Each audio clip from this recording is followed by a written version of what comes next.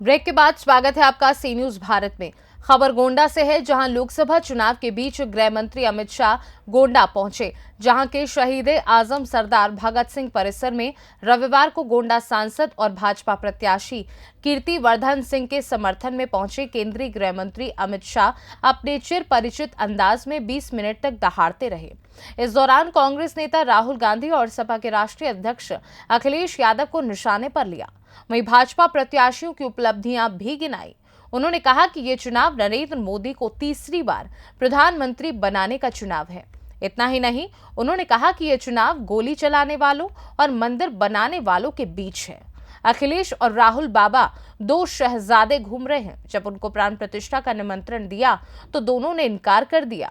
अमित शाह ने इस दौरान भाजपा की उपलब्धियां भी गिनाई। उन्होंने क्या कहा, आइए सुनाते हैं।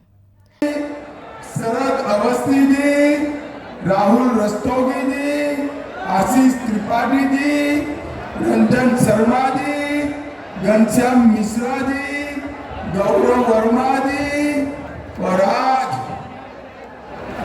जिनको जिताने के लिए मैं यहाँ आया हूँ, ऐसे हमारे लोकप्रिय प्रत्याशी और सांसद कीर्तिवर्धन सिंह के आगे और जोर से ताली बजाओ कीर्तिवर्धन सिंह के लिए।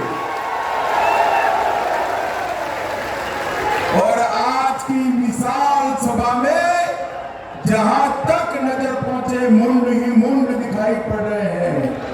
ये विशाल सभा में आए हुए प्यारे भाइयों, बहनों, माताओं और मेरे जिगर के टुकड़े जैसे युवा मित्रों, आप सभी को नमस्कार। भाइयों बहनों, सबसे पहले मैं पृथ्वीनाथ मंदिर, वराही देवी मंदिर, काली भवानी मंदिर, श्री दुखरनाथ मंदिर, हनुमानगढ़ी, खेरा भवानी मंदिर और स्वामी नारायण मंदिर को प्रणाम कर कर मेरी बात की शुरुआत करता हूं।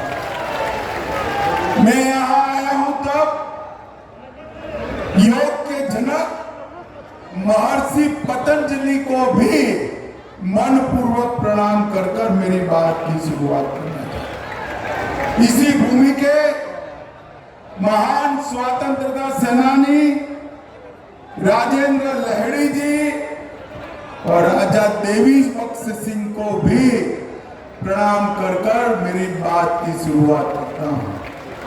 भाई बहनों, मैं यहां अपील करने आया हूं कि हमारे प्रत्याशी कीर्तिवर्धन सिंह जी को प्रचंड बहुमत से जिताकर आप दिल्ली भेजिए। मगर मैं एक बात और बताना चाहता हूं, कीर्तिवर्धन सिंह जी के नाम के सामने कमल का निशान है। कमल के निशान पर गोंडा वालों बटन दबाने का मतलब है आपका एक एक वोट नरेंद्र मोदी जी को तीसरी बार प्रधानमंत्री। ये चुनाव जो है, ये नरेंद्र मोदी जी को तीसरी बार प्रधानमंत्री बनाना का चुनाव है। ये चुनाव जो है देश को दुनिया में तीसरे नंबर का अर्थतंत्र बनाने का चुनाव है। ये चुनाव है पाकिस्तान को इनकी हरकतों के लिए मुंह तोड़ जवाब देने का चुनाव। ये चुनाव है आतंकवादी की गोली का जवाब गोले से देने का चुनाव। ये चुनाव है 3 लाख लखपति दीदी बनाने का चुनाव है और 3 लाख गांव में पैक्स बनाने का चुनाव। भाई और बहनों, मैं गोंडा आया हूं। आप तो अयोध्या से नजदीक हो या नहीं हो? अरे बोलो तो, मुझे बताओ गोंडा वालों, अयोध्या में राम मंदिर बनना चाहिए था या नहीं बनना चाहिए? अंत तक बोलिए जरा, बनना चाहिए था या नहीं बनना चाहिए था? एक कांग्रेस, सपा और बसपा ने 70 साल तक राम मंदिर को लटका कर रखा, अटका कर रखा, भटका कर रखा। मोदी जी ने जब आपने दूसरी बार प्रधानमंत्री बनाया, मोदी जी ने 5 ही साल में केस भी जीता, भूमि पूजन भी किया और प्राण प्रतिष्ठा कर जय श्री राम। मगर भूलना मत गोंडा वालों, कार सेवकों पर गोली चलाने वाली यही समाजवादी पार्टी थी। ये चुनाव जो है राम भक्तों पर गोली चलाने वालों का और राम मंदिर बनाने वालों के बीच में आपको तय करना है। गोंडा वाले गोली चलाने वाले के साथ है या मंदिर बनाने वाले के साथ? जोर से बोलो जरा, किसके साथ हो? अरे अखिलेश और राहुल बाबा अभी 2 शहजादे घूम रहे हैं।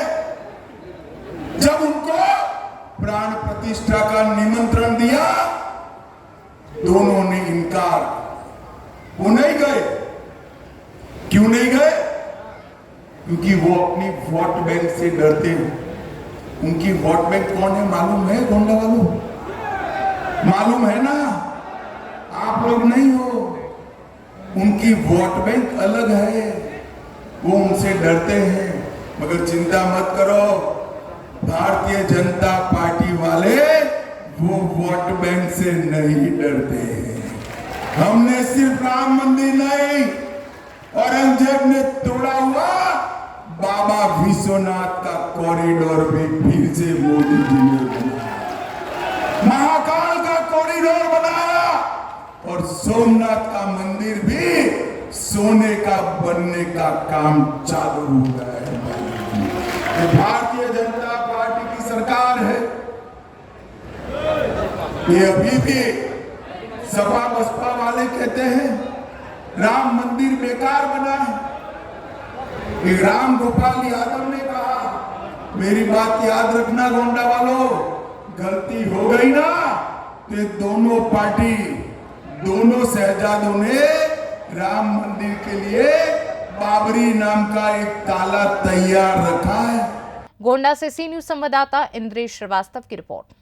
देखा जाए तो लोकसभा चुनाव के बीच भाजपा के दिग्गज नेता मुख्य रूप से अखिलेश यादव और राहुल गांधी को घेर रहे हैं ताकि विपक्ष को पूरी तरह से बयानों में घेरकर ध्वस्त किया जा सके। फिलहाल भाजपा इसे कितना कामयाब होने देती है, ये देखने वाली बात होगी। फिलहाल इस खास रिपोर्ट पर बस इतना ही। वक्त एक छोटे से ब्रेक का। ब्रेक के उस पार खबरों का सिलसिला लगातार जारी है। आप देखते रहिए सी न्यूज भारत।